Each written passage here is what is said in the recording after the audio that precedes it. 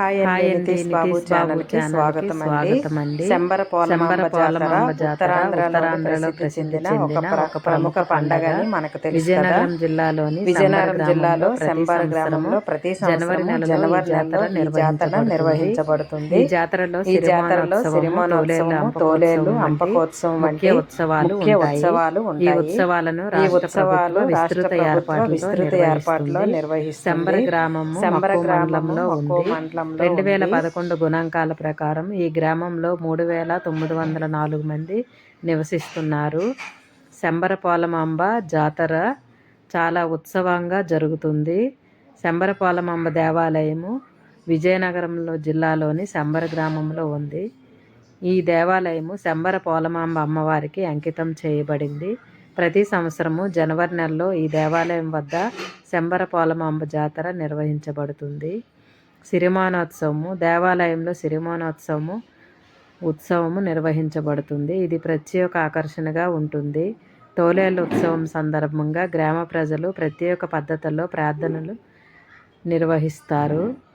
అంపకోత్సవం సమయంలో అమ్మవారికి ప్రత్యేక అలంకారాలు చేసి ఉత్సవాలు నిర్వహించబడతారు. మా ఆడపడుచు వాళ్ళు హుండీ లెక్కింపుకి శంబర గ్రామం వెళ్ళడం జరిగింది. వాళ్ళు ఒక 10 మంది గ్రూపుగా తయారయ్యి ఎవ్రీ మంత్ ఒక గుడికి వెళ్తూ ఉంటారు. ఈసారి శంబర పోలమాంబ గుడికి రావడం జరిగింది. ఈరోజు గుడిలో హుండీ లెక్కించారు.